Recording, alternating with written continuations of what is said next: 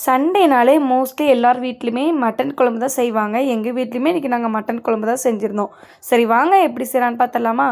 கடாயில் எண்ணெய் சேர்த்து மல்லி, மிளகு, சீரகம், சோம்பு, கசகசா, பட்டை, கிராம்பு, ஏலக்காய், பிரிஞ்சி இலை எல்லாம் சேர்த்து நல்லா வதக்கிட்டு, கூடவே 100 கிராம் சின்ன வெங்காயம், பெரிய வெங்காயம் சேர்த்து நல்லா வதக்கிடலாம்.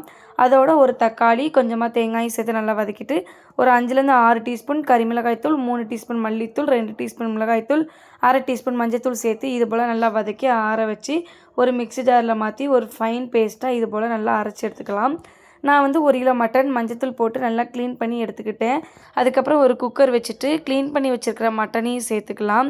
அதோட 10 சின்ன வெங்காயம், 2 தக்காளி, ஒரு 5-6 டீஸ்பூன் இஞ்சி பூண்டு விழுது சேர்த்து இது போல் நல்லா மிக்ஸ் பண்ணி விட்டுட்டு தேவையான அளவுக்கு உப்பு சேர்த்து மட்டன் மூழ்கிற அளவுக்கு தண்ணியும் சேர்த்து நல்லா மிக்ஸ் பண்ணி விட்டுட்டு குக்கர் மூடி போட்டு ஒரு 6லேருந்து 7 விசில் விட்டு இறக்கிக்கலாம். ஃபைனலாக கறி நல்லா வெந்து வந்திருக்கு.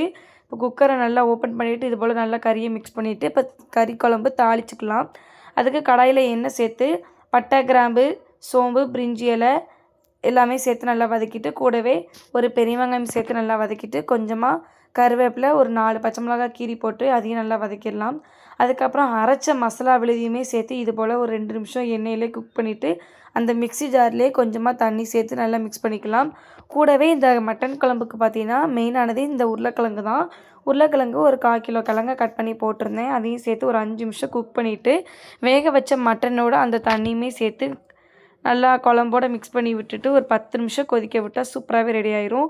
ஃபைனலாக மல்லித்தலை போட்டு இறக்கிட்டு சுட சுட சாதத்துக்கு இந்த கறி குழம்பு வச்சு சாப்பிடும்போது அம்புட்டு டேஸ்ட்டாக இருந்துச்சு. கண்டிப்பாக இது போல் ட்ரை பண்ணி பாருங்கள். இந்த வீடியோ பிடிக்கும்னு நினைக்கிறேன். பிடிச்சா லைக் பண்ணுங்கள், ஷேர் பண்ணுங்கள், கமெண்ட் பண்ணுங்கள், மறக்காமல் சப்ஸ்கிரைப் பண்ணி